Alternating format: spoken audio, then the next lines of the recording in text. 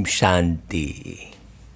देखो, अभी कुछ वर्षों से दुनिया में बहुत विज्ञान की प्रोग्रेस दिख रही है। बड़े साइंस के सूक्ष्म सूक्ष्म साधन निकल आए हैं और लोगों की बुद्धि में ये आ गया है कि विज्ञान ही सब कुछ है। जबकि यदि आप देखेंगे तो ये जो साइंस के साधन निकले हैं, इसका सदुपयोग होने के बदले बहुत अधिक मात्रा में दुरुपयोग भी होता जा रहा है और लोगों की मानसिकता केवल धंधे और व्यापार तक सीमित रह गई है। हर एक व्यक्ति प्रत्येक सेकंड केवल व्यापार व्यापार और व्यापार, बस इन्हीं ख्यालों में रहता है। प्यार समाप्त सा होता जा रहा है। यदि मैं कहूँगा कि 98% प्यार समाप्त हो गया है, केवल थोड़ी सी छोर बची है 2%, 1 या 2%, जहाँ लोग कुछ भावनाओं की ओर जा रहे हैं। नहीं तो सारी दुनिया में ऐसा लग रहा है कि जैसे भावनाएं मर गई हैं। और जैसा कि आप दुनिया में बहुत प्रोग्रेस देख रहे हैं, सुख के साधन देख रहे हैं, तो लोगों को लग रहा है कि हमारा देश बहुत तरक्की कर रहा है, बहुत आगे जा रहा है। तो वास्तव में प्यार के सागर पिता परमात्मा, पारलौकिक पिता शिव बाबा कहते हैं, ये माया का भपका है। और एक बात बड़ी गहरी समझने की है कि जब दीपक में तेल भरा रहता है पूरा फुल, तो वो बहुत अच्छे से आहिस्ते आहिस्ते जलता रहता है और प्रकाश देता रहता है। लेकिन जब तेल ख़त्म होने को आता है तो वो बहुत तेज लौ फेंकता है। हाँ, तो लोगों को लगता है कि अरे वाह, ये कितनी तेज रोशनी दे रहा है। ऐसा ही संसार है, ऐसे ही संसार की हालत अभी हो गई है। हाँ, तेल ख़त्म हो गया है, इसलिए लौ ज़्यादा दिखाई दे रही है। अब ये लौ ज़्यादा दिन चलने वाली नहीं है, ये भपका, क्योंकि अब तेल समाप्त हो गया है। अर्थात लोगों के अंदर भावनाएं मृत हो चुकी हैं। सत्य ज्ञान रूपी घृत समाप्त सा हो गया है। और इस बीच प्यारे बाबा धरती पर आकर वापस आत्माओं में सत्य ज्ञान का घृत पिला रहे हैं, डाल रहे हैं। तो हे मेरी मीठी आत्मा भाइयों और बहनों, बाबा की मुरली यदि आप गौर से सुनेंगे तो सबसे बड़ा भविष्यवक्ता, सबसे बड़ा ज्योतिष एक शिव बाबा है, जो कि वर्षों पहले एकदम सटीक बातें कह गए हैं। और अभी भी वर्तमान में भी बाबा बिल्कुल निर्माण के लिए निरंतर हरेक उस बच्चे के पास जाते हैं जो बाबा की याद में रहते हैं, क्योंकि याद से याद मिलती है। तो मीठे भाइयों, आज 21 जनवरी की मुरली जो बाबा ने अपनी वाणी चलाई है, वो ऐसी वाणी है जो इसे सुनकर आप समझकर और अपने जीवन में उतार कर 21 जन्मों की राजाई पा सकते हैं। 21 जन्म आपके सुख समाप्त नहीं होंगे, सदा सुखी रहेंगे। और आपके अंदर आत्मी प्यार रूपी घृत, सत्य ज्ञान रूपी घृत, पारलौकिक शांति रूपी घृत अर्थात घी से आप आत्मा की ज्योति सदा बरकरार रहेगी। और बढ़िया जीवन बन जाएगा। तो बाबा आज कहते हैं, मीठे बच्चे तुम यहाँ आए हो। भाई कहाँ आए हो? इस दुनिया में आए हो। अभी जो दुनिया चल रही है ये संगम युग है। इसमें बहुत अधिक मात्रा में माया का पंप चल रहा है, तो बहुत थोड़ी मात्रा में ईश्वरी कार्य भी चल रहा है। जैसे शास्त्रों में दिखाते हैं कि अक्षुणी कौरव सेना और मात्र 5 पांडव, एक तरफ 5 पांडव हैं और एक तरफ अक्षुणी कौरव सेना है। तो अक्षुणी कौरव सेना की तरफ बड़े बड़े दिग्गज लोग हैं। हाँ, दिखाते हैं द्रोणाचार्य हैं, भीष्म पितामह हैं, बहुत बड़े बड़े दिग्गज लोग हैं। लेकिन है तो कौरव सेना की तरफ। और 5 पांडवों की तरफ कौन है? भगवान श्री कृष्ण जी को दिखाते हैं। वही समय अभी चल रहा है। आप बहुत गौर से अगर देखेंगे तो 5 पांडव मतलब थोड़े से लोग ही ईश्वर को समझ पाते हैं, परमात्मा से संबंध बना पाते हैं, और थोड़े से लोगों के साथ ही वो परमात्मा रहते हैं। हाँ, आपने देखा होगा कि श्री कृष्ण जी दुर्योधन को जाकर समझाते हैं, तो परमात्मा उन सब आत्माओं को समझाते हैं जो दुर्योधन है, मतलब धन का दुरुपयोग करते हैं, हर प्रकार के धन का दुरुपयोग करते हैं। देखिए, केवल स्थूल ये जो नोट है उसे ही धन नहीं कहेंगे, सब धन का दुरुपयोग करते हैं। शरीर अगर स्वस्थ है तो स्वस्थ शरीर का दुरुपयोग करते हैं। हाँ, और स्वास्थ्य रूपी धन खराब करते हैं। स्थूल धन का दुरुपयोग करते हैं और स्थूल धन खराब करते हैं, नष्ट करते हैं, गलत जगह पर लगाते हैं। देखिए, आप देख रहे हैं कि एक निर्माण को कई बार तोड़ कर बनाते हैं, तो धन का दुरुपयोग नहीं हुआ, एक प्लानिंग नहीं है। ऐसे बाबा कहते हैं कि बच्चे तुम यहाँ आए हो। कहाँ आए हो? अभी इस संसार में, मतलब इस संगम युगी संसार में आए हो। किससे? सर्वशक्तिमान बाप से शक्ति लेने। कौन सी शक्ति? हाँ, प्रेम की शक्ति, क्योंकि बाबा प्यार का सागर है। अभी प्रेम की शक्ति समाप्त हो चुकी है, दुनिया के अंदर में मृत प्राय हो गई है। तो बाबा कहता है कि बाप से तुम शक्ति लेने, अर्थात दीपक में ज्ञान का घृत डालने आए हो। फिर प्रश्न करते हैं बाबा कि भाई शिव की बारात का गायन क्यों है? आपने देखा होगा कि शिव की बारात में देवी देवता भी जाते हैं, तो राक्षस लोग भी है, तो पागल लोग भी है, तो लंगड़े लूले अंधे सब हैं। ऐसा दिखाते हैं शिव की बारात में। उसके लिए हमने एक गीत गाया है, बहुत साल पहले वो गीत बाबा ने बनवाया था हमसे और उसे रिकॉर्ड किया। फिर हमसे एक भाई ने कहा, भाई ये गीत मैं गाऊंगा। हमने कहा आप गा लो भाई, क्योंकि गीत तो बाबा ने बनवाया है, किसी भी चीज़ पर मेरा तो अधिकार नहीं है। तो वो गीत फिर हमने भाई से गवाया, वो आपको सुनाता हूँ कि बहुत जल्दी बाबा की बारात जाने वाली है।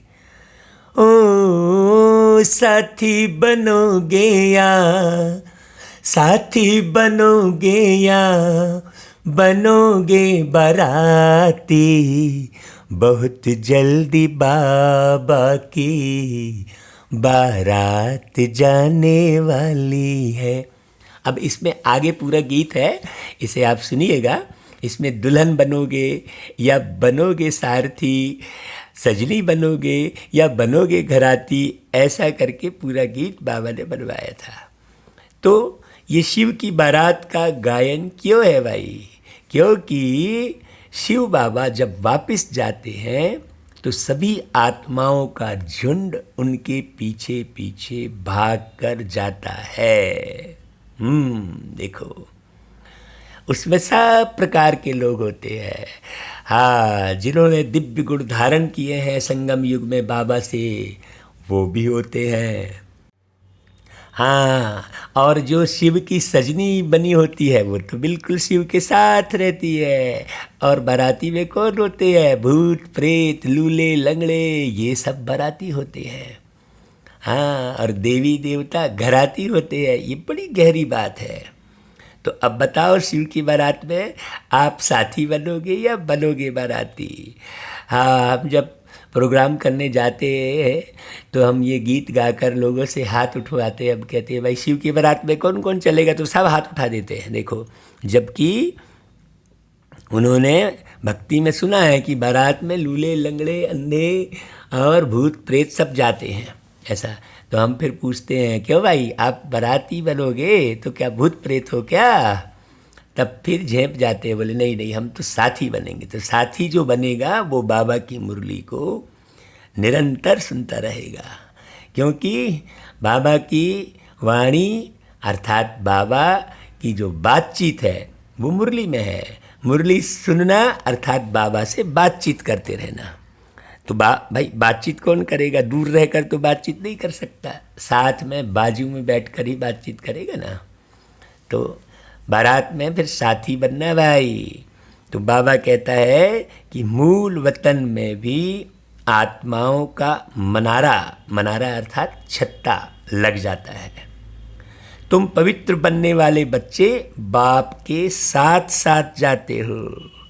हाँ, तो साथ के कारण ही बारात का गायन है। तो साथी बनना भैया। अच्छा भाई, ओम शांति। बच्चों को पहले पहले एक ही पॉइंट समझने की है। कौन सी? कि हम सब भाई भाई हैं और शिव बाबा सबका बाप है। उनको सर्वशक्तिमान कहा जाता है। बाबा कहते हैं, बच्चे तुम्हारे में भी सर्वशक्तियाँ थी। हाँ, बाबा पुराना याद दिला रहे हैं। तुम विश्व पर राज्य करते थे। देखो, आप लक्ष्मी नारायण के मंदिर आज भी बनते हैं, ढेर के ढेर। कृष्ण जी के मंदिर बनते हैं, रामचंद्र जी के मंदिर बनते हैं, और वहाँ लोग अकिचार धन की बरसात करते हैं। बालाजी का मंदिर किसकी यादगार है भाई? जगन्नाथ जी का मंदिर किसकी यादगार है? सोचने की बात है। तो बाबा कहते हैं कि भारत में ही इन देवी देवताओं का राज्य था, बिल्कुल साकार में, तब ना उनकी यादगार में मंदिर बना है। कोई साकार में धरती पर होता है तब उसकी यादगार में यहाँ धरती पर ही मंदिर बनते हैं। अच्छे कर्म करते हैं तो आजकल तो मूर्ति बन के चौराहे पे बैठाल दी जाती है। आज है ना, तो फर्क हो गया ना चरित्र का, कर्मों का फर्क हो गया ना। एक को बिल्कुल मंदिर में बैठाए हैं, खूब अच्छे से श्रृंगारित कर रहे हैं, और एक चौराहे पर मूर्ति बनी हुई है, धूल खा रही है, धूप पड़ रही है उस मूर्ति में। तो कर्म का फर्क बताया बाबा ने। तो आज जिनके मंदिर बन रहे हैं तो साकार में इस धरती पर रहे होंगे ना। अब लोग आसमान से ऊपर दिखाते हैं कि भाई आसमान ऊपर में है, देवी देवता देवलोक ऊपर में है, कहते हैं नहीं, इसी धरती पर शिव बाबा स्थापित करते हैं, ये किसी को नहीं मालूम। तो बाबा याद दिला रहे हैं कि बच्चे, तुम बच्चों का राज्य था भाई, देवी देवताओं का राज्य था, गोया तुम बच्चों का राज्य था। बच्चे, तुम पवित्र देवी देवता थे, याद करो, याद आ रहा है? तुम्हारा कुल व डिनाइस्टी है, वह सब निर्विकारी थे। भाई कौन निर्विकारी थे? तुम आत्माएं ही निर्विकारी थे, इसलिए संपूर्ण निर्विकारी कहा जाता है श्री कृष्ण जी को। हाँ, अब फिर तुम निर्विकारी बन रहे हो, जैसे कि सर्वशक्तिमान बाप को याद कर उनसे शक्ति ले रहे हो। सबसे बड़ी शक्ति है पवित्रता की शक्ति। पवित्रता है तो सुख शांति आनंद प्रेम सब है, और पवित्रता नहीं है, विकार है ना। पवित्रता अर्थात निर्विकार। बाप ने समझाया है, तुम आत्मा ही 84 का पार्ट बजाती हो। उनमें जो सतो प्रधान ताकत थी वह फिर दिन प्रतिदिन कम होती जाती है। सतो प्रधान से तमो प्रधान बन जाते हो। बनना ही है, क्यों? क्योंकि ये सृष्टि का ड्रामा ऐसा बना हुआ है भाई। जैसे आप बाबा उदाहरण देते हैं, जैसे बैटरी की ताकत कम होती जाती है तो मोटर खड़ी हो जाती है, बैटरी डिस्चार्ज हो जाती है। आत्मा की बैटरी फुल डिस्चार्ज नहीं होती है, कुछ ना कुछ, थोड़ा ना थोड़ा ताकत रहती है। जब थोड़ी ताकत बची रहती है तो वो परम ज्योति, वो मेन पावर हाउस कहना चाहिए शिव बाबा, आकर फिर से ज्ञान सुनाकर आत्मा रूपी बैटरी को पुनः चार्जिंग करते हैं। और जो अपने मन बुद्धि के तार को बाबा की याद से जोड़ देते हैं वो आत्माएं चार्ज हो जाती है। बाबा उदाहरण दे रहे हैं।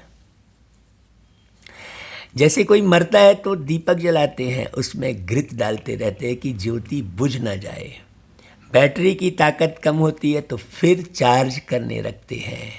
अभी तुम बच्चे समझते हो, तुम्हारी आत्मा सर्वशक्तिमान थी, अब फिर तुम सर्वशक्तिमान बाप से अपना बुद्धि योग लगाते हो तो बाबा की शक्ति हमारे में आ जाए, क्योंकि शक्ति कम हो गई है।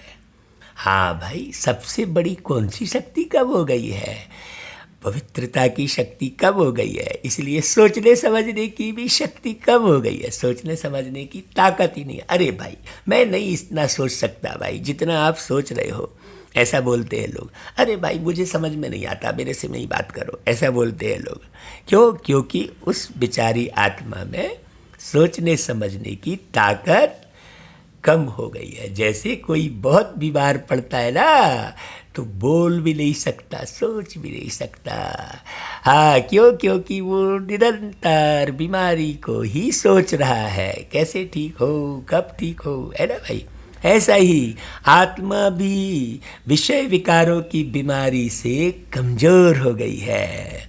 हाँ, तो बाबा कहता है कि भाई थोड़ी शक्ति जरूरत रहती है, एकदम खत्म हो जाए तो फिर शरीर ही ना रहे। हाँ, थोड़ी ना थोड़ी आत्मा में शक्ति रहती है, जैसे 2% मैंने कहा ना भाई। हाँ, आत्मा बाप को याद करते करते बिल्कुल प्योर हो जाती है। सतयुग में तुम्हारी बैटरी फुल चार्ज होती है, फिर थोड़ी थोड़ी कम होती जाती है। जहाँ फुल चार्ज होती है तो बहुत रोशनी ही रोशनी होती है, प्रेम की रोशनी, आनंद की रोशनी, सुख की रोशनी, शांति की रोशनी, एकता की रोशनी, भाईचारे की रोशनी, सब रोशनी रहती है भाई। त्रेता तक मीटर कम होता है, जिसको कला कहा जाता है। फिर कहेंगे आत्मा जो सतो प्रधान थी वह सतो बनी, सतो प्रधान से सतो बनी, ताकत कम हो जाती है। इसीलिए त्रेता में भटकते दिखाए है, जबकि त्रेता में कोई भटकता नहीं है भाई। हाँ, थोड़ा कम होती है भाई। भाई ठीक है ना, जैसे जैसे कोई भी सामान का उपयोग करते हैं तो थोड़ा वो पुराना कहलाता है ना, तो वैसा ही है। तो बाबा कहते हैं तुम समझते हो हम मनुष्य से देवता बन जाते हैं सतयुग में। भाई सतयुग में कहाँ जाते हैं? इसी धरती पर। हाँ, अब बाप कहते हैं बच्चे मुझे याद करो तो तुम तमो प्रधान से सतो प्रधान बन जाएंगे, अर्थात सतयुग में आ जाएंगे। अभी तुम तमो प्रधान बन गए हो तो ताकत का देवाला निकल गया है। फिर बाप को याद करने से पूरी ताकत आएगी भाई। जिसकी याद में रहोगे तो उसके साथ कनेक्ट रहोगे, तो जिसके साथ कनेक्शन रहेगा उसकी पूरी पावर तो आएगी ना। बाबा कहता है क्योंकि तुम जानते हो देह सहित देह के जो भी सब संबंध है वह सब खत्म हो जाने हैं, फिर तुमको बेहद का राज्य मिलता है। अभी समझो बहुत अच्छे से, बाप भी बेहद का है तो वर्षा भी तो बेहद का देंगे ना भाई। हाँ, अभी करके तुम एक देश के राष्ट्रपति बनोगे या प्रधानमंत्री बनोगे, और विश्व का मालिक तो तुम्हें विश्व का मालिक बनाते हैं ना भाई। बहुत गहरी बात है। आप सब देश के राष्ट्रपति मुखिया को जानते हो, प्रधानमंत्री को जानते हो, लेकिन पूरे विश्व का मुखिया भी तो कोई एक होगा ना। तो वो भी तो समझने की ज़रूरत है, वो भी तो आके बातें करता होगा ना कुछ तो विशेष समझाते होंगे ना वो मुखिया। लेकिन तुम तो सबको मुखिया बोल देते हो। हाँ, जानते ही नहीं उनका नाम, रूप, देश, काल सब भूले हुए हो। तो भाई कैसे ताकत मिलेगी? तो बाबा आकर बताते हैं कि बच्चे मैं आया हूँ, मुझे याद करो हे बच्चों, मैं ऑलमाइटी हूँ, मेरे द्वारा ऑलमाइटी राज्य तुम्हें मिलता है। हाँ, सतयुग में देवी देवता सारे विश्व के मालिक थे, पवित्र थे, कोई अलग देश नहीं था, भारत ही पूरा एक विश्व था। हाँ, इसीलिए भारत को माता कहते हैं। क्यों? क्योंकि भारत से ही सारे देश निकले हैं। ये बात किसी को नहीं मालूम।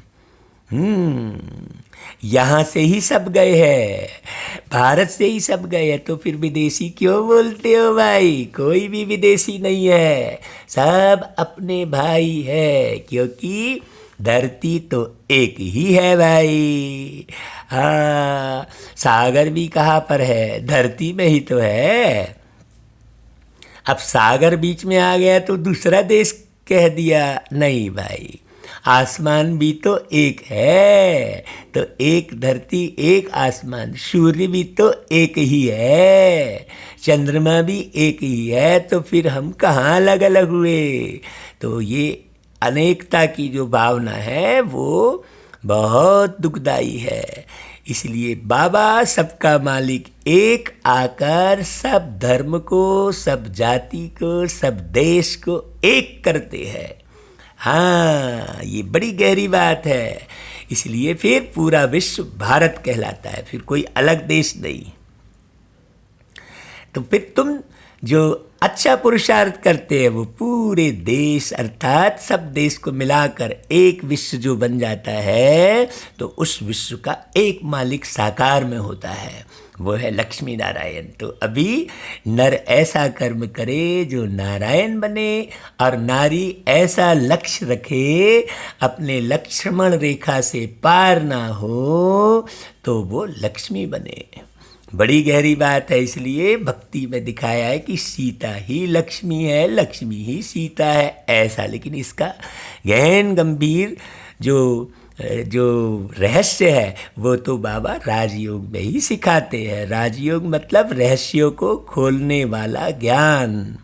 इसे बहुत बारीकी से सुनते रहना भाई, आपसे बहुत विनम्र गुजारिश है। तो बाबा कहते हैं कि भाई उस समय तुम पवित्र थे, दैवी गुणवान थे, अभी वह दैवी गुण नहीं है, अभी देने वाले गुण नहीं है, अभी बस लेना लेना फ्री में मिल जाए।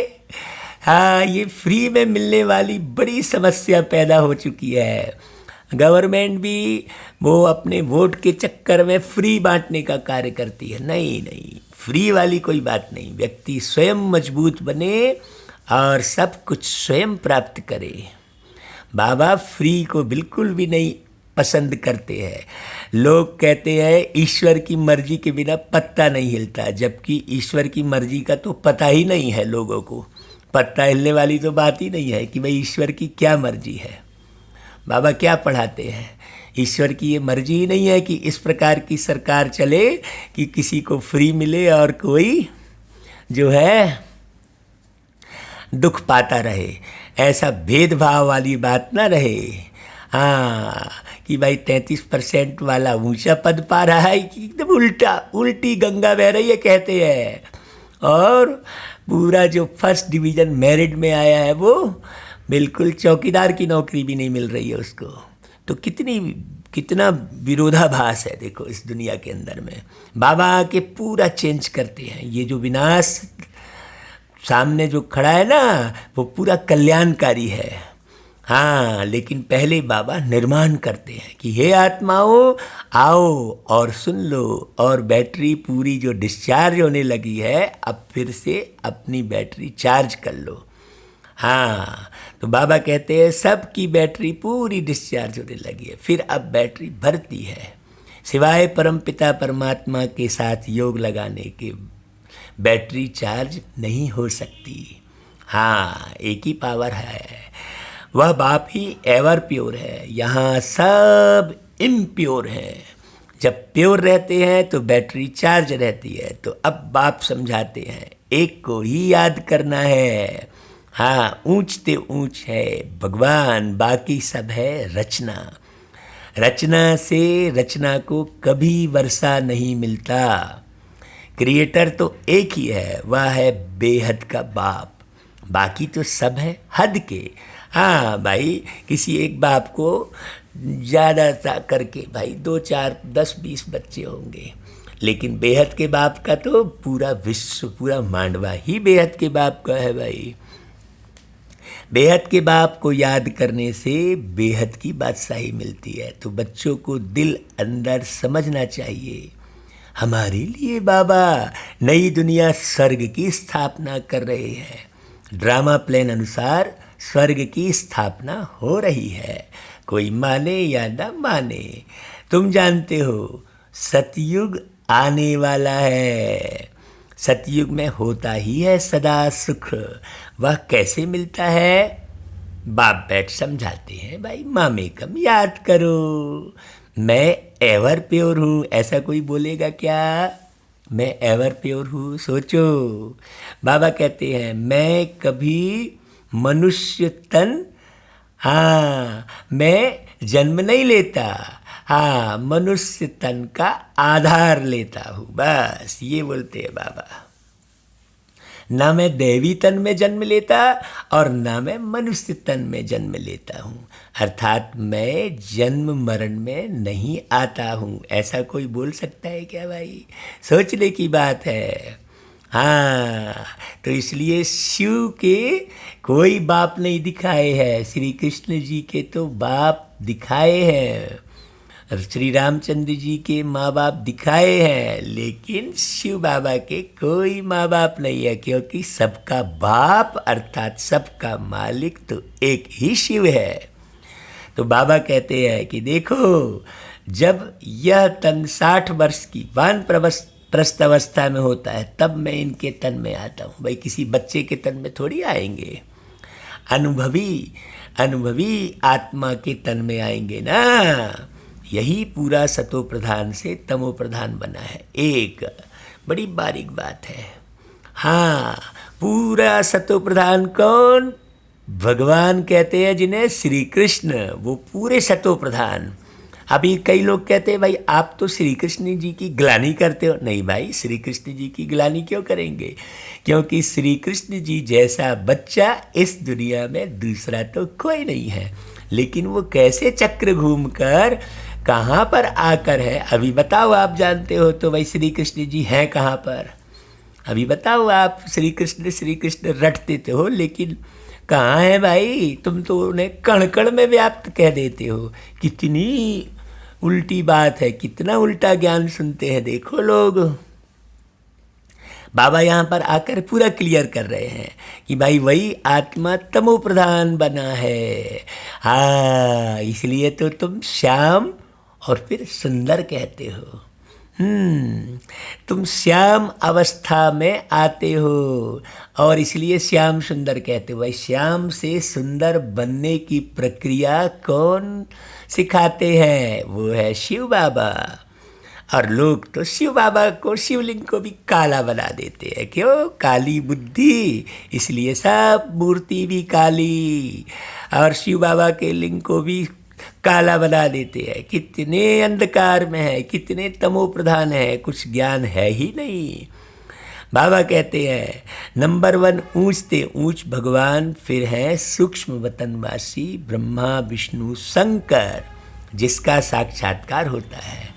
सूक्ष्म वतन बीच का है ना, जहाँ शरीर नहीं हो सकते, तो ये बीच का युग है। जहाँ पर अशरीरी होकर जीवन जीना होता है।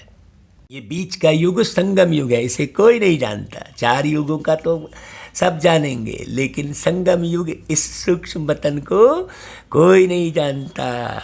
हाँ भाई, एक शरीर के अंदर एक हमारी एक और प्रकाश की काया है, ये कोई नहीं जानता। वो विचारों रूपी प्रकाश की काया है। जितने गंदे विचार होंगे उतनी काली छाया, जितने श्रेष्ठ विचार होंगे उतनी सफ़ेद छाया, ताकतवर छाया। बड़ी गहरी बात है। बाबा कहते हैं कि जहाँ शरीर नहीं हो सकते, कहाँ? सूक्ष्म वतन में, मतलब संगम युग में शरीर का भान जो रखेगा वो सूक्ष्म वतन वाली बात को नहीं समझ पाएगा। बाबा हमेशा हर बात कहने के बाद कहते हैं ये समझने की बातें हैं। सूक्ष्म शरीर सिर्फ दिव्य दृष्टि से देखा जाता है। हाँ, मनुष्य सृष्टि तो यहाँ है ना, तो फिर दिव्य दृष्टि भी यहाँ ही प्राप्त होगी ना भाई। दिव्य दृष्टि मतलब सूक्ष्म नॉलेज, एक एक शब्द का अर्थ समझकर जीवन जीना, अपने जीवन का निर्माण करना। हाँ, क्योंकि दृष्टि से ही सृष्टि बनती है। अब भाई सूक्ष्म दृष्टि को कोई नहीं जान पाता, किसी के सोच को नहीं समझ पाता, तो हर जगह धोखेबाजी और बेईमानी बढ़ती जा रही है, क्योंकि अंदर की सोच पकड़ में नहीं आती लोगों को, तो धोखा खा जाते हैं। बाबा तो अंदर की सोच को बदलते हैं।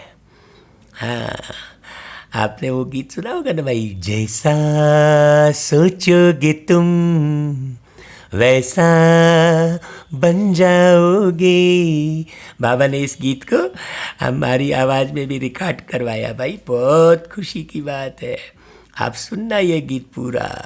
तो बाबा कहते हैं तुम बच्चे भी अंत में जब बिल्कुल पवित्र हो जाते हो तो तुम्हारा भी साक्षात्कार होता है। ओ मेरे मीठे मीठे भाइयों बहनों, ऐसा पुरुषार्थ करो जो लोगों को मालूम पड़े, अरे वाह यही है देवी देवता बनने वाले जो हमारे पड़ोस में ही रहते थे। हाँ, ऐसा पुरुषार्थ करो जो आपको अड़ोसी पड़ोसी नाते रिश्तेदार सब जान जाएं, फिर उनको लगे अरे देखो तो हमारे साथ ही फरिश्ता रहता था और हम नहीं पहचान पाए। तो ऐसा फरिश्ता बन फिर सतयुग में यहाँ ही आकर स्वर्ग के मालिक बनेंगे। देखो बड़ी सूक्ष्म बात है, इसलिए जरा भी इधर उधर बुद्धि को नहीं ले जाओ, जरा भी मन को खराब मत करो, बारीकी से जांच करके सबके बीच में रहो। ऐसा किसी से कटो नहीं कि नहीं हम दूर रहेंगे, पुरुषार्थ करेंगे। पुरुषार्थ सबसे मिलन का ही है, इसे संगम युग कहते हैं। बाबा सबसे मिलना ही सिखाते हैं। कट के अलग एक कमरे में चले गए और वहाँ हम तपस्या कर रहे हैं, ऐसी कोई तपस्या नहीं सिखाते बाबा। मिलने की तपस्या सिखाते हैं, जो तुम दूर दूर हो रहे थे। हाँ, आप ये मत सोचो अरे ये विषय विकारी है, इसके सामने कैसे जाऊं। नहीं भाई, आपको विषय विकारों से जीत हासिल करके और इसे संसार को ही तो बदलने की ड्यूटी है। और अब आप सोच के पूरा किनारा कर लोगे, लोगों से दूर हो जाओगे, एक कमरे में कैद हो जाओगे, वीआईपी बन जाओगे, तो निर्माण कैसे करोगे। बाबा कभी वीआईपी नहीं बने। ब्रह्मा बाबा सबके साथ बैडमिंटन खेलते थे, झूले में झूलते थे, सबको टोली बांटते थे। ब्रह्मा बाबा की याद में स्मृति दिवस तो मनाए, लेकिन ब्रह्मा बाप समान व्यवहार भी तो बनाओ, सबसे मिलो ना।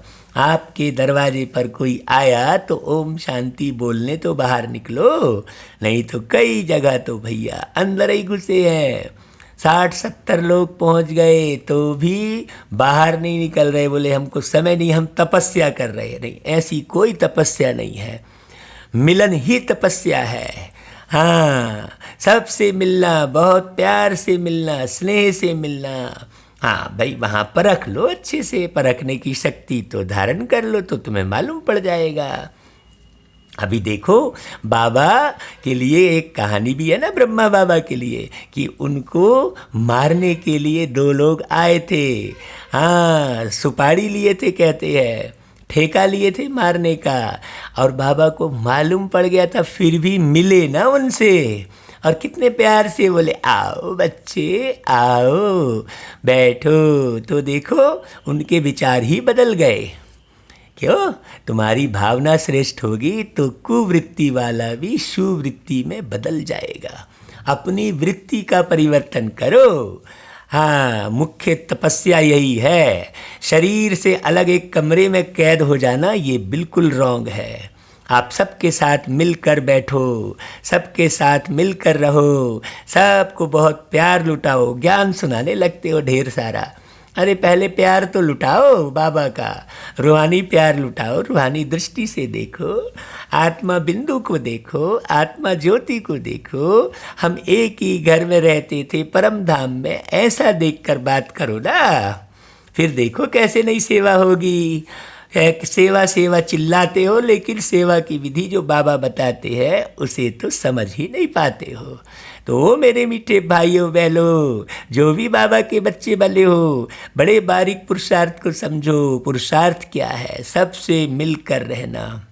बाबा ने एक गीत बनाया था कि भाई देखो बच्चे, ये गीत को तुम रिकॉर्ड करना, सबको सुनाना कहा था। अभी ये वो गीत रिकॉर्ड नहीं हुआ है, अभी आपको सुनाता हूँ कि सबको मिलाकर चलो, सब ठीक हो जाएगा। सबको मिलाकर चलो, सब ठीक हो जाएगा। सबसे मिलके चलो, सबसे मिलके चलो, सब ठीक हो जाएगा। सबको मिलाकर चलो, सब ठीक हो जाएगा। सावधानी रखना अलग बात है। अगर भाई आप किसी से साकार में मिलने में आपको तकलीफ हो रही है तो फरिश्ते रूप में मिलो, उनके लिए भावनाएं खराब मत करो। अगर साकार में मिलने पर कोई धोखा हो रहा है, किसी भी प्रकार के सरकमस्टांस बदल रहे हैं, हाँ किसी भी प्रकार की कुवृत्ति बदल रही है, दृष्टि मिलाने से कुछ गड़बड़ हो रहा है, तो आप मानसिक दृष्टि से मिल सकते हैं। बाबा ने फरिश्ते बनने की कला भी सिखाई है। तो शुभ भावना, शुभ कामना रख, उस आत्मा को विशेष सकाश अमृत बेले उठ कर दो। हाँ, ये बड़ी गहरी बात है। अगर आप साकार में नहीं मिल पा रहे हो, लेकिन उस आत्मा के प्रति घृणा मत रखो, मिलन मनाते रहो आत्मा से आत्मा का। हाँ, किसी भी किस्म से उसके साथ कुभावना मत रखो, दुर्भावना मत रखो। बाबा कहते हैं भाई, यह ब्रह्मा कोई विष्णु को याद नहीं करते हैं, बड़ी गहरी बात है ना भाई।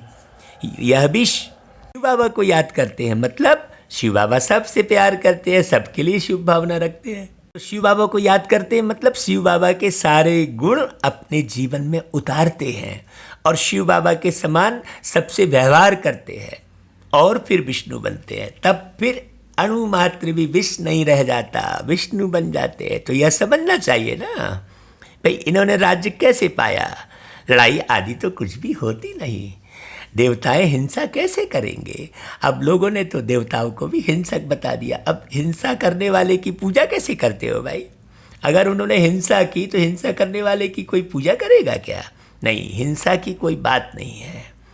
हाँ, अच्छाई के द्वारा बुराई को समाप्त करना, ये हिंसा थोड़ी कहलाएगी। अभी तुम बच्चे बाप को याद करके रजाई लेते हो, कोई माने या ना माने। गीता में भी है, हे बच्चों, देह सहित देह के सब धर्म छोड़ मामेकम याद करो। उनको तो देह है नहीं जो ममत्व रखे। किनको? शिव बाबा को। उनको तो अपनी कोई देह नहीं है भाई। उन्होंने तो किसी को माँ नहीं बनाया, किसी को पिता नहीं बनाया। तुमने तो एक नारी तन में प्रवेश करके और अपना शरीर बनाया और एक माँ बनाई। शिव बाबा तो थोड़े समय के लिए इनके शरीर का लोन लेते हैं, तो इसलिए कहते हैं मैं थोड़े समय के लिए इनके शरीर का लोन लेता हूँ। ऐसा कोई बोलेगा क्या? नहीं तो मैं नॉलेज कैसे दूँ? मैं बीज रूप हूँ ना। इस सारे झाड़ की नॉलेज मेरे पास है और किसको पता नहीं कि सृष्टि की आयु कितनी है, कैसे इनकी स्थापना, पालना और विनाश होता है। विनाश मतलब झाड़, पेड़, धरती, आसमान, सूर्य, चांद का विनाश थोड़ी होता है भाई, ये तो सदा ही अनवरत रहते हैं। विनाश मतलब विकारों का नाश होता है। और सद्गुणों की स्थापना होती है। तो स्थापना, पालना और विनाश बड़ी गहरी बात है। मनुष्यों को तो पता होना चाहिए, मनुष्य ही पढ़ते हैं, जानवर तो नहीं पढ़ेंगे ना भाई, है ना। वह पढ़ते हैं। हद की पढ़ाई कौन? वो मनुष्य, कलयुगी मनुष्य, और बाप जो संगम युगी मनुष्य है, उनको पढ़ाते हैं बेहद की पढ़ाई, जिससे तुमको बेहद का मालिक बनाते हैं। तो यह समझाना चाहिए कि भगवान किसी मनुष्य को अथवा देहधारी को नहीं कहा जाता। ब्रह्मा, विष्णु, शंकर को भी सूक्ष्म देह है ना, इसलिए देहधारी को मनुष्य नहीं कहेंगे। इन्हों का नाम ही अलग है, इनको भगवान नहीं कहा जाता। यह शरीर तो इस दादा की आत्मा का तख्त था। हाँ, अकाल तख्त है ना। अभी यह अकाल मूर्त बाप का तख्त है। अमृतसर में एक अकाल तख्त है ना भाई, वहाँ तो एक दिखाते हैं, लकड़ी का एक बना होगा। बड़े बड़े जो होते हैं वहाँ अकाल तख्त पर जाकर बैठते हैं। अभी बाप समझाते हैं यह सब अकाल आत्माओं के तख्त हैं, भ्रुकुटी तख्त। तुम कभी मरते नहीं हो, ये तख्त बदलते चले जाते हो। आत्मा अकाल है, जिसको काल खा न सके, मतलब तुमको कोई तुम्हारी कोई मृत्यु नहीं होती है, मृत्यु शरीर की होती है। देहांत हो गया कहते हैं, बड़ी बारीक समझो, शब्दों में ही पूरी समझ समाई हुई है। देहांत हो गया माने देह का अंत होता है, तुम्हारा अंत नहीं होता है। बाबा कहता है देखो बाकी तख्त तो बदलते रहते हैं। इतनी प्यारी बात और कोई नहीं समझा सकता भाई। हम तो निमित्त मात्र बने हैं आपको बाबा की वाणी को ट्रांसफ़र करने के। हाँ भाई, बाबा का मुख बन जाओ, बाबा के नयन बन जाओ। हाँ, ऐसा करो तो इस मुख से बहुत मीठा बोलो। बाबा कहते हैं अकाल मूर्त आत्मा इस तख्त पर बैठती है। पहले छोटा तख्त होता है, शरीर छोटा होता है, फिर ये तख्त बड़ा हो जाता है, लेकिन आत्मा तो वही छोटी की छोटी रहती है। आत्मा एक शरीर छोड़ दूसरा लेती है। आत्मा अकाल है, उसे कोई काल खा नहीं सकता, वो समय के चक्र में बंधी हुई है, बस इतना ही है। बाकी उनमें अच्छे व बुरे संस्कार होते हैं। तब तो कहा जाता है ना भाई, कर्मों का यह फल है। आत्मा कभी विनाश नहीं होती है। अब एक बच्चा अंधा पैदा होता है, लंगड़ा पैदा होता है, भाई उस बच्चे ने कौन से पाप कर्म किए? हाँ, वो बच्चा कौन है? वो आत्मा ही बच्चा है, जिसने पहले वाले शरीर में दृष्टि खराब की तो अंधा पैदा हुआ, गलत रास्ते पर चला तो लंगड़ा पैदा हुआ, हाथों से किसी को दुख पहुंचाया, मारपीट की तो हाथ कटे हुए, उंगली टेढ़ी मेढ़ी पैदा हुई। बड़ी गहरी बात है। संस्कारों का फल ही मिलता है। इसलिए मन को परिवर्तित करना, बुद्धि को परिवर्तित करना, संस्कारों को दिव्य बनाना, यही मुख्य पुरुषार्थ है। तो आत्मा का बाप तो है एक, यह तो समझना चाहिए ना। यह बाबा कोई शास्त्रों की बात सुनाते हैं क्या? कौन से बाबा? शिव बाबा काहे को शास्त्रों की बात सुनाएंगे भाई? शास्त्रों की रचना तो तुम बैठ कर करते हो। बाबा आकर तो कोई किताब आदि उठाते नहीं है भाई, कि कोई किताब देखकर पढ़ा रहे हो। बाकी दुनिया में तो सामने में भागवत की किताब, तो गीता की किताब, तो गुरु ग्रंथ साहिब, ये सब देख कर सुनाते हैं। बाबा को कोई शास्त्र पढ़ने की ज़रूरत थोड़ी है। हाँ, शास्त्र आदि पढ़ने से वापस तो कोई जा नहीं सकते, पिछाड़ी में सब जाएंगे। जैसे टिड्डियों का अथवा मधुमक्खी का झुंड जाता है ना, बाबा कहते हैं मधुमक्खियों की भी क्वीन होती है, उनके पिछाड़ी सब जाते हैं। अभी बाबा ने ये मधुमक्खी की बात कही तो आपको मालूम है, हमने एक बार देखा कि शहद जो जमा करते हैं ना, वो एक ही उनका है, वो मधुमक्खी की क्वीन रानी को पहचान लेते हैं। और रानी को पकड़ लेते हैं तो कोई मधुमक्खी नहीं काटती फिर। हाँ, ऐसा ही आप शिव बाबा को पकड़ लो। सारे विश्व का मालिक कौन? शिव बाबा। तो फिर कोई तुमको दुख नहीं देगा। और तुम बड़े अच्छे से शहद निकाल लोगे। हाँ, मधुमक्खी का बाबा ने इसलिए उदाहरण दिया। हाँ, एक शिव बाबा से कनेक्शन जोड़ लो तो तुमको कोई कष्ट नहीं होने वाला है, गारंटी है। ये मेरे अपने जीवन का अनुभव है। और शहद माने बहुत अच्छे ज्ञान समझ में आएगा। ये शहद क्या है? ये ज्ञान ही शहद है, बाबा की याद ही शहद है। खूब अच्छे से बाबा की याद आएगी। फिर ये नहीं लगेगा कि अरे यार हम बाबा को कैसे याद करें। हाँ, तो बाबा को पकड़ लो भाई।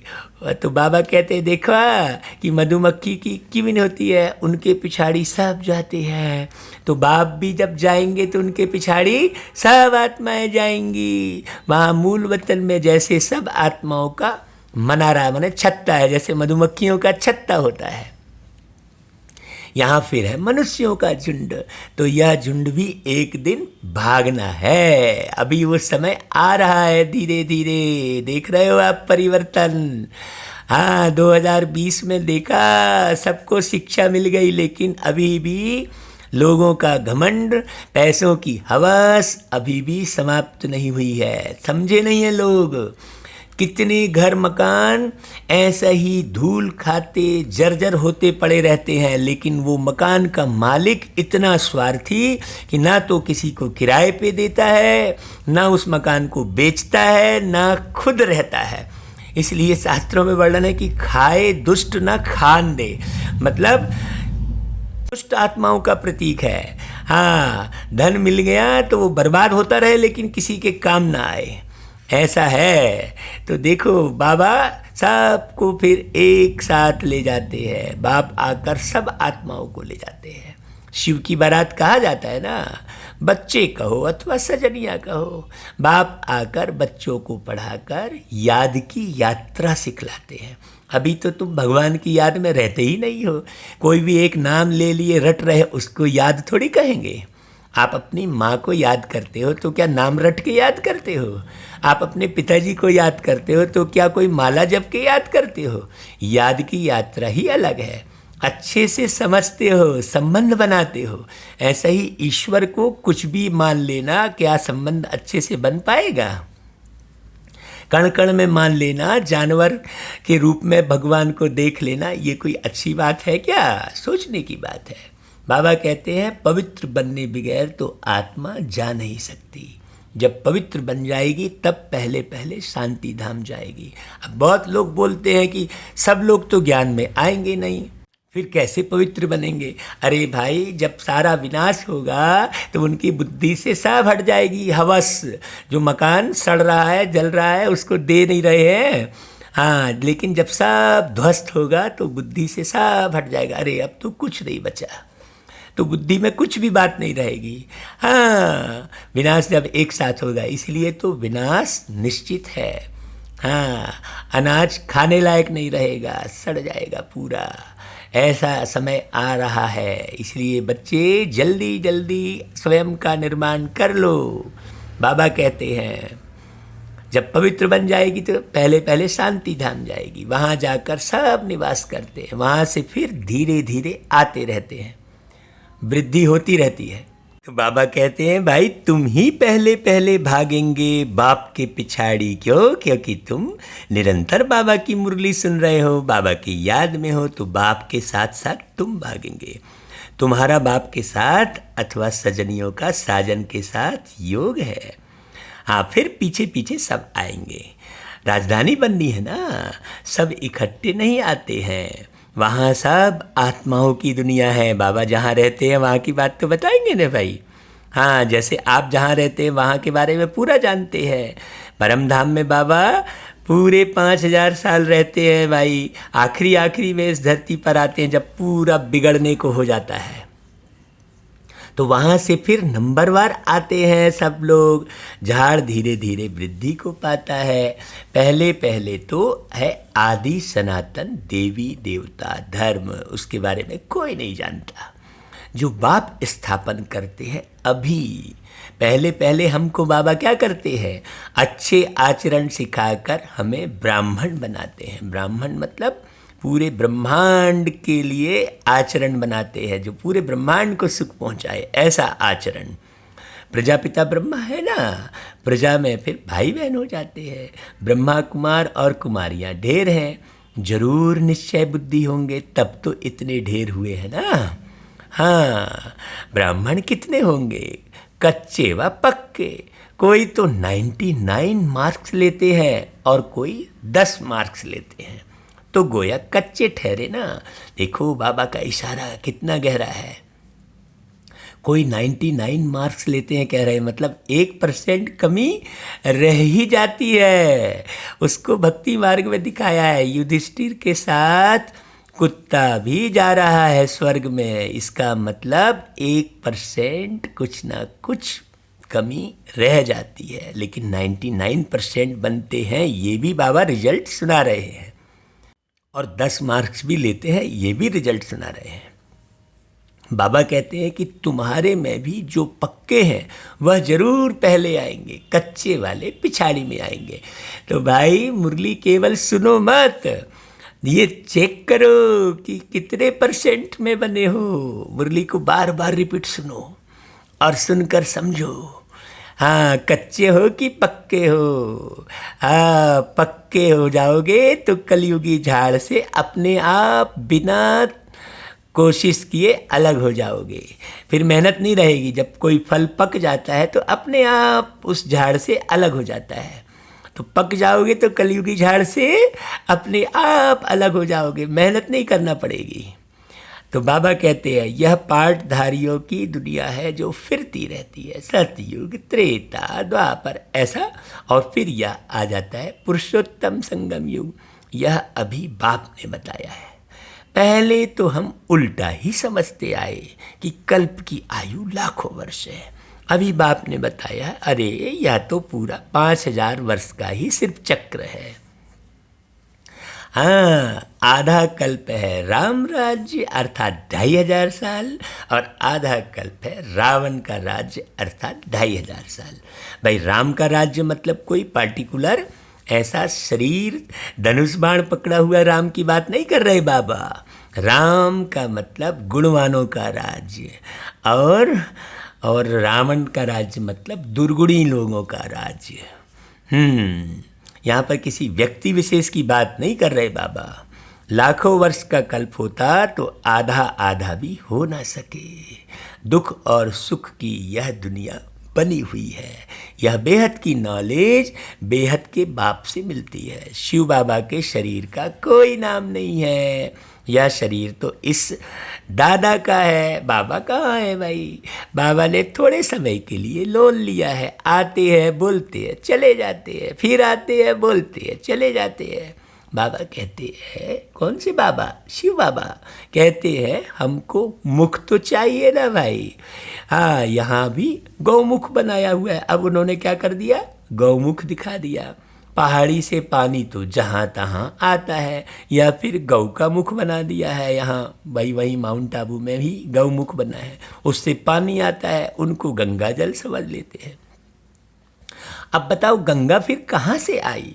कभी हिमालय से निकली कहते हैं, कभी स्वर्ग से भागीरथ लेकर आए कहते हैं, तो कभी जो है शंकर जी की जटा से निकली कह देते हैं। अब भाई तुम्हें बता दो भाई कि गंगा आई कहाँ से। तो बाबा कहते हैं, शिव बाबा कहते हैं, सुनना बहुत अच्छे से, यह सब है झूठ। कहा भी जाता है झूठी काया झूठी माया झूठा सब संसार। बाबा कहते हैं देखो बच्चे, भारत जब स्वर्ग था तो सचखंड कहा जाता है, फिर भारत ही पुराना बनता है तो झूठ खंड कहा जाता है। इस झूठ खंड में जब सभी पतित बन जाते हैं तब बुलाते हैं बाबा हमको पावन बनाए, इस दुनिया से ले चलो पुरानी दुनिया से। भाई कहाँ ले चलो ये भी पता नहीं है। बाप कहते हैं मेरे सब बच्चे काम चिता पर चढ़ काले बन गए हैं। ऐसे बाबा फिक्र कर रहे हैं देखो अपने बच्चों की।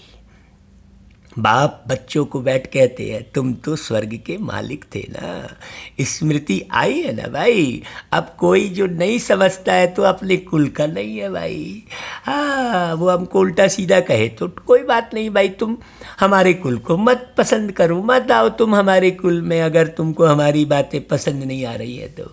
हाँ, बच्चों को समझाते हैं, सारी दुनिया को नहीं समझाते बाबा, सीधी सी बात है। तो आप भी परखने की शक्ति बढ़ाओ और बाबा के बच्चों को पहचानो और समझाओ।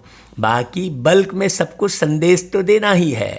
हाँ भाई, स्वर्ग के दरवाजे सबके लिए खोल रहे हैं, पुरुषार्थ करो और एंट्री लो। बिना पुरुषार्थ किए तो एंट्री मिलेगी नहीं भाई। हाँ, तुमको ही समझाते हैं तो मालूम पड़े कि हमारा बाप कौन है। भाई एक एक ऐसी फैक्ट्री होती है, आपको हम बताएं, ये जो कंप्यूटर का प्रोसेसर बनता है ना, उसकी फैक्ट्री में उन्हीं लोगों को अंदर जाने मिलता है जो पूरी तरह से डस्ट प्रूफ होते हैं। तो वहाँ पर एक गेट होता है और उस गेट में खड़े होना होता है, उसमें बहुत ज़ोर से हवा चलकर और एक एक रोम छिद्र से पूरी डस्ट निकाली जाती है, तब वो अंदर जा सकता है।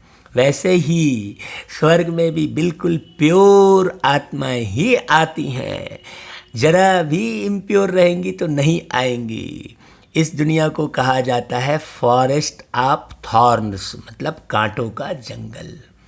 सबसे बड़ा है काम का कांटा। सब लोग काम का कांटा लगाते रहते, एक दूसरे को दृष्टि खराब करते रहते हैं, छी छी दृष्टि। अरे बाबा, हम तो देखते हैं तो बड़ा ये लगता है, क्या ये आत्मा है भाई, इतना सुनने के बाद भी अपनी दृष्टि नहीं बदल रही है आत्मा, तो वो क्या करके सतयुग में जाएगी, ऐसा लगता है।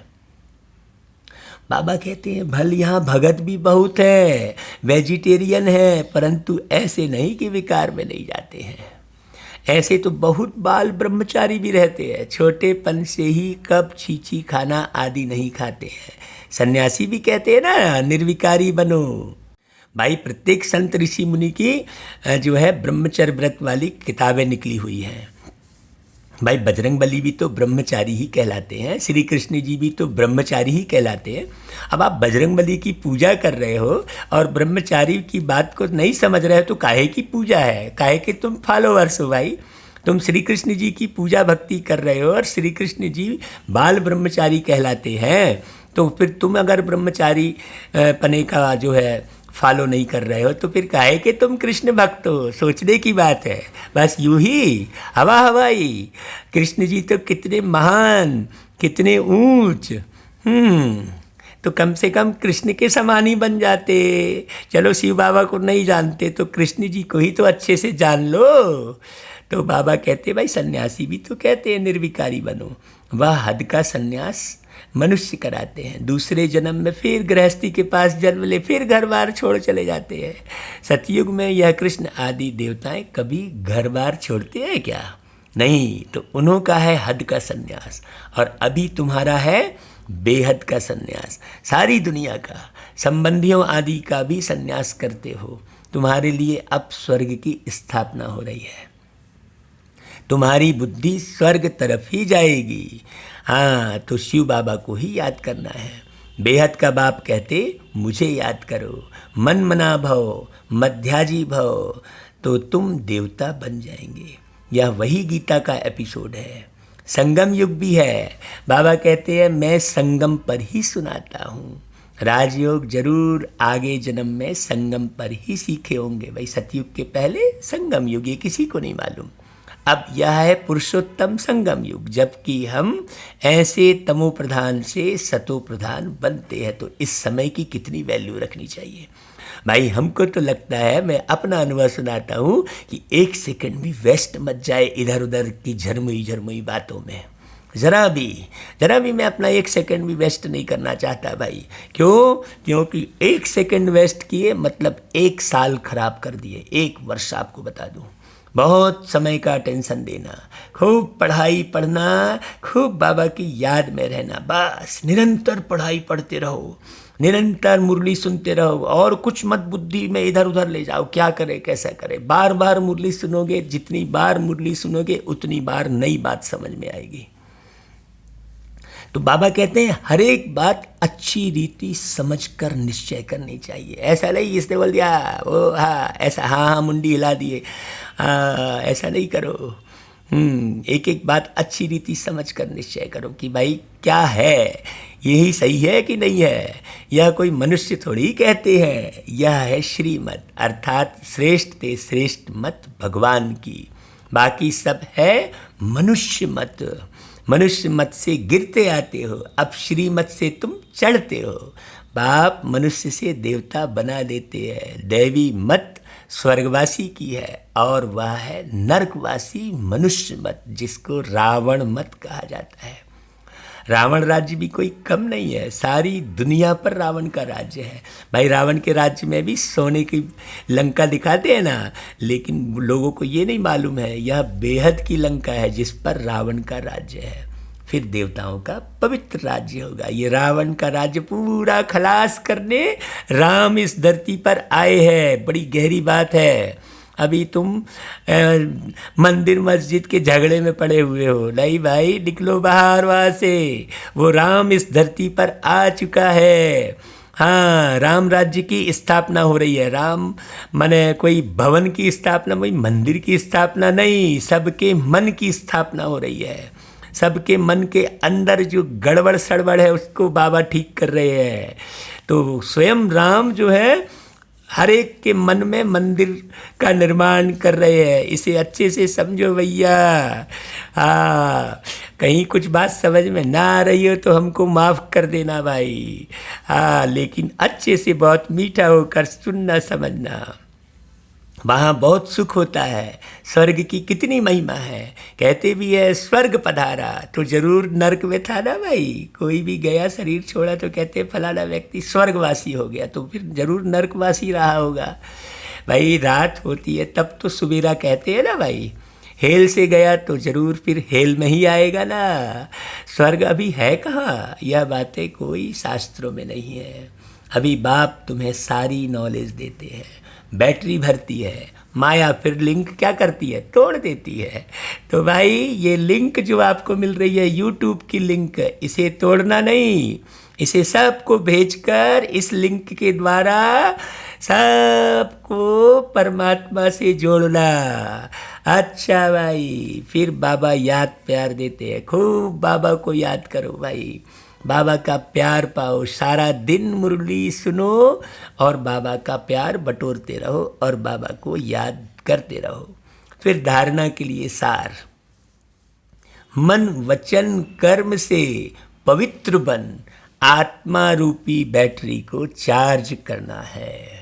पक्का ब्राह्मण बनना है, ऐसा कच्चा पच्चा नहीं कि कभी कोई संकल्प आ रहा है कभी कोई मूंझ रहे हो, नहीं, ऐसा नहीं करना। दूसरी बात, मन मत व मनुष्य मत छोड़ एक बाप की श्रीमत पर चलकर स्वयं को श्रेष्ठ बनाना। हाँ भाई, ये तो हम साउंड बॉक्स यूज कर रहे हैं बाबा की वाणी के लिए, बाकी हमारी कोई बात नहीं है भैया। ये तो सब बाबा की बातचीत है। तो सतो प्रधान बन बाप के साथ उड़कर जाना है। हाँ, उड़ते रहो उड़ाते रहो, खजाना खुशी का लुटाते रहो। अच्छा भाई, फिर वरदान, श्रीमत के आधार पर खुशी, शक्ति और सफलता का अनुभव करने वाले सर्व प्राप्ति संपन्न भव। जो बच्चे स्वयं को ट्रस्टी समझकर श्रीमत प्रमाण चलते हैं, श्रीमत में जरा भी मनमत या परमत मिक्स नहीं करते, उन्हें निरंतर खुशी, शक्ति और सफलता की अनुभूति होती है। पुरुषार्थ व मेहनत कम होते भी प्राप्ति ज़्यादा हो तब कहेंगे यथार्थ श्रीमत पर चलने वाले। परंतु माया ईश्वरी मत में मन मत व पर मत को रॉयल रूप से मिक्स कर देती है। इसलिए बहुत गहरे समझना, इसलिए सर्व प्राप्तियों का अनुभव नहीं होता। इसके लिए परखने और निर्णय करने की शक्ति धारण करो तो धोखा नहीं खाएंगे। अच्छा भाई, फिर स्लोगन, बालक सो मालिक वह है जो तपस्या के बल से भाग्य विधाता बाप को अपना बना दे। अच्छा भाई, ओम शांति।